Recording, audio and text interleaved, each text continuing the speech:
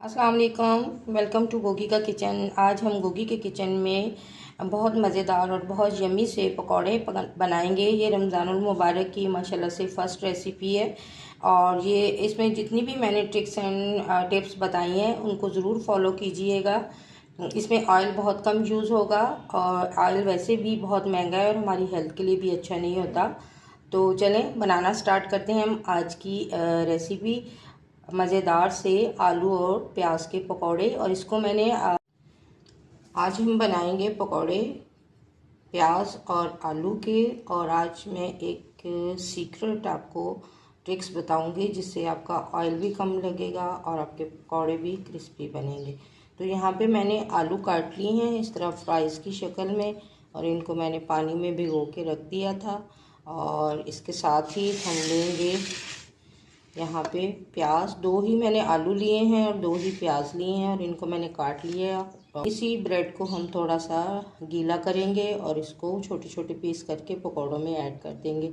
और secret tricks ये है कि हम जो आलू का बैटर बना के रख देते हैं तो उससे ये होता है कि हमारा बैटर जो है वो रनी हो जाता है और रनी होने से ऑयल जो है वो हमारा ज़्यादा लगता है पकौड़ों में। तो इस रमज़ान में आपने मेरे तरीके से पकौड़े बनाने हैं तो आपका ऑयल भी कम लगेगा और आपके पकौड़े भी बहुत क्रिस्पी बनेंगे और बहुत ज़्यादा बनेंगे। आप आलू को मैंने पानी से निकाल दिया है और टिश्यू पेपर की मदद से इसे मैंने अच्छी तरह से ड्राई कर लेना है ताकि आलू में बिल्कुल भी पानी ना हो। प्याज भी मैंने धो के रख ली है, उसमें भी बिल्कुल पानी नहीं है, उसको भी मैंने ड्राई कर लिया। बहुत ये जब मैंने फर्स्ट टाइम इस तरह बनाए तो मैंने कहा मैंने अपने व्यूवर के साथ ज़रूर शेयर करना है क्योंकि आजकल ऑयल बहुत महंगा है और रमज़ान मुबारक का महीना माशाल्लाह से आ रहा है अल्हम्दुलिल्लाह। तो उसमें हम जब पकौड़े बनाते हैं तो ऑयल तो काफ़ी ज़्यादा यूज़ होता है। तो मैं आपके साथ वो ट्रिक शेयर कर रही हूँ जिसमें आपका ऑयल भी कम यूज़ होगा और आपके पकौड़े भी अच्छे बनेंगे। और ये जब मैंने बनाए तो उसमें आप यकीन करें इतना कम ऑयल लगा और पकौड़े भी मैंने काफ़ी सारे बनाए थे। तो मैंने कहा ये रेसिपी जो है मैं अपने व्यूअर के साथ शेयर करूँगी ताकि उनको भी फ़ायदा हो। तो जब हम बना के बैटर रख देते हैं तो इतना रनी हो जाता है, तो जब हम पकौड़े बनाते हैं तो फिर ऑयल जो है वो ज़्यादा उसमें लगता है। जितना ज़्यादा पानी होगा आपके बैटर में ऑयल जो है वो ज़्यादा यूज़ होता है।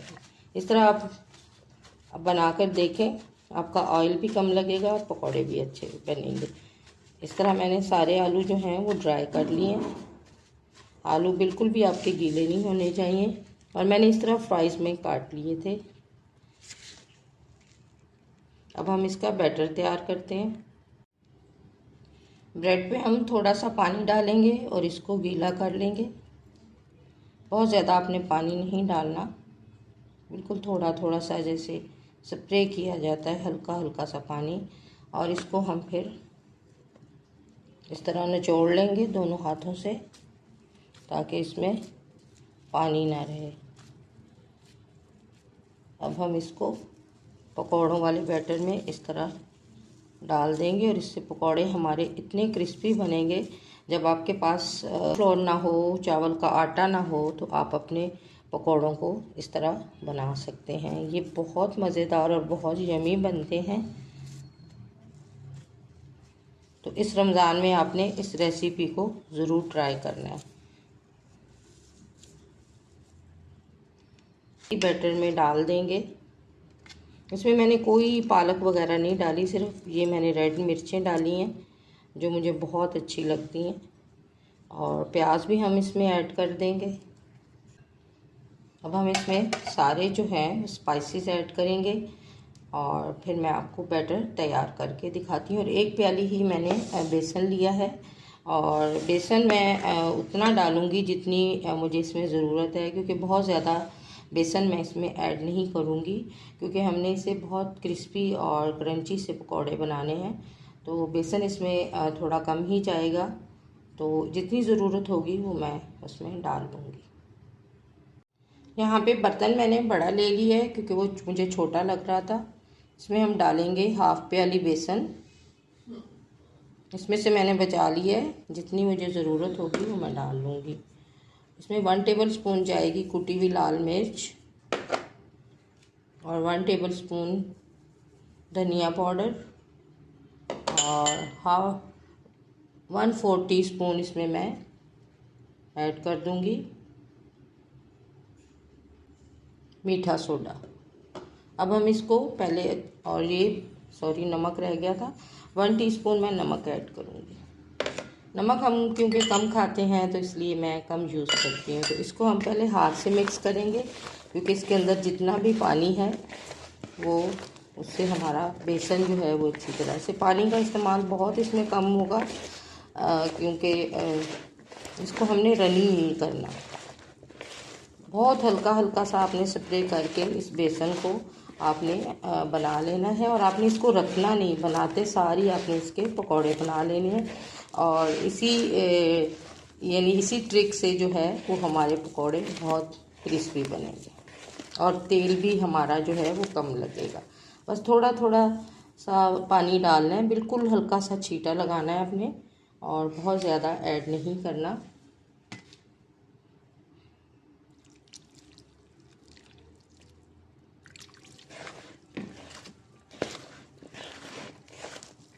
क्योंकि हम अक्सर बनाते हैं तो रमज़ान में सबसे ज़्यादा खर्चा हमारा तेल का होता है, तो इसलिए मैंने सोचा मैं अपने व्यूअर्स को ये ट्रिक्स बताती हूँ, क्योंकि आजकल ऑयल बहुत महंगा है और पकौड़े तो माशाल्लाह से रमज़ान में बहुत ज़्यादा बनते हैं, हर घर में ही बनते हैं।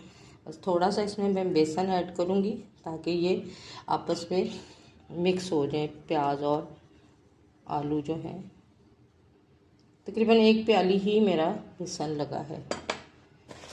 अब इसको मैं अच्छी तरह से मिक्स करके फिर मैं आपको दिखाती हूँ कि इस तरह का बैटर आपको चाहिए। का बैटर जो है वो इस तरह का होना चाहिए, और बच्चे भी इन पकौड़ों को बहुत शौक़ से खाएंगे, क्योंकि इसमें आलू जो हैं वो हमने फ्राइज़ की तरह काटे हैं। तो ऑयल मैंने गर्म होने के लिए रख दिया था। अब मैं पकौड़े बनाना स्टार्ट करती हूँ। और आपने ये याद रखना है कि आपने बैटर बना के इसको रखना नहीं है, फ़ौरन से आपने मिक्स करना है और फ़ौरन से ही पकौड़े बनाने हैं। और इससे ये होगा कि आपका ऑयल जो है वो बहुत कम लगेगा। इसीलिए मैं आपको बार बार बता रही हूँ कि ये कम ऑयल में बनने वाले पकौड़े हैं, और आपने इस रमज़ान में इसी तरीके से बनाने हैं ताकि आप भी बचत कर सकें ऑयल की। 1 प्याली बेसन था और इतना सारा बैटर था, उसको मैंने ये देखें हाफ कप भी, हाफ से थोड़ा सा ज़्यादा लगा है मेरा पानी, इतना ज़्यादा पानी नहीं लगा बैटर को मिक्स करने में। ऑयल हमारा गर्म हो चुका है। अब मैं हाथ की मदद से ही पकौड़े जो है वो इसमें ऐड करूँगी।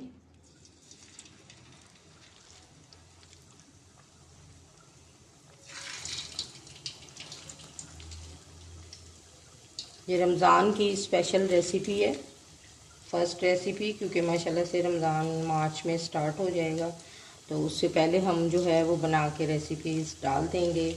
मैंने फ़र्स्ट टाइम बनाए तो सबको इतने ज़्यादा पसंद आए कि इसमें इतना ऑयल भी नहीं लगा और क्रिस्पी भी बहुत बने। रखा हुआ था, मीडियम हाई करूँगी, ज़्यादा नहीं करूँगी, क्योंकि पकौड़े हमारे जले ना। पकौड़े तो माशाल्लाह से रमज़ान में दस्तरखान की रौनक होते हैं, और इनके बगैर तो पता ही नहीं चलता कि घर में रमज़ान आया हुआ है। आप कितनी भी डिशेस बना लेते हैं, लेकिन जब तक पकौड़े नहीं होते, पकौड़ों रमज़ान का पता ही नहीं चलता। होती आपकी दस्तरखान साइड जो है वो पक जाएगी तो फिर मैं इनको चेंज करूँगी। एकदम से हमने कच्चे पकौड़े जो होते हैं उनको कभी भी नहीं छेड़ना चाहिए, ताकि वो अच्छी तरह से क्रिस्पी बने। और फ्लेम आपने हाई नहीं रखना, क्योंकि जब हम हाई रखते हैं तो वो अंदर से कच्चे रहते हैं और ऊपर से वो पक भी जाते हैं और जल भी जाते हैं। बस ये छोटी छोटी ट्रिक्स आपको बतानी ज़रूरी होती हैं, क्योंकि जो परफेक्ट कुकिंग करते हैं उनको तो पता होता है, लेकिन जो बच्चे और बच्चियाँ न्यू सीख रहे होते हैं उनके लिए ये चीज़ें बहुत ही हेल्पफुल होती हैं। पकौड़े देखें माशाल्लाह से हमारे कितने अच्छे से क्रिस्पी हो गए हैं, और ये देखें ऑयल भी हमारा इतना कम नहीं लग रहा। और ये बिल्कुल, जब मैं इनको प्लेट में निकालूंगी इनमें बिल्कुल भी ऑयल नहीं होगा। तो इनको मैं अब निकाल लेती हूँ, और इसी तरह हम जो है वो सारे पकौड़े बना लेंगे।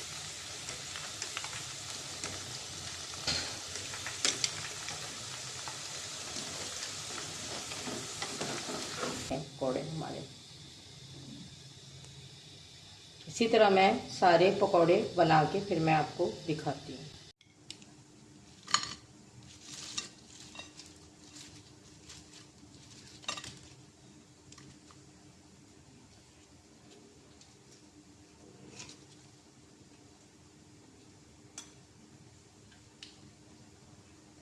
माशाल्लाह से अल्हम्दुलिल्लाह पकौड़े हमारे रेडी हो गए हैं। और ये देखें माशाल्लाह से इनमें बिल्कुल भी ऑयल नहीं है, यहाँ पे आपको नज़र आ रहा होगा। और इतने क्रिस्पी बने हैं और इसको खा के मैं आपको बताती हूँ ये कितने यमी बने हैं माशाल्लाह से अल्हम्दुलिल्लाह। आप इसे ग्रीन चटनी के साथ खाएं, केचप के साथ खाएं, जिस तरह की भी आप चटनी बना के खाना चाहते हैं तो खाएं और बहुत मज़ेदार और बहुत यमी बनेंगे। इस रमज़ान में, रमज़ानुल मुबारक में आपने इस रेसिपी को ज़रूर ट्राई करना है। और ये थी मेरी आज की रेसिपी। अगर आपको अच्छी लगे तो प्लीज़ लाइक और शेयर ज़रूर कर दीजिएगा। मिलेंगे किसी मज़ेदार सी नई रेसिपी के साथ। तब तक के लिए अल्लाह हाफिज़। दुआओं में ज़रूर याद रखिएगा और अपना बहुत ज़्यादा ख्याल रखिएगा।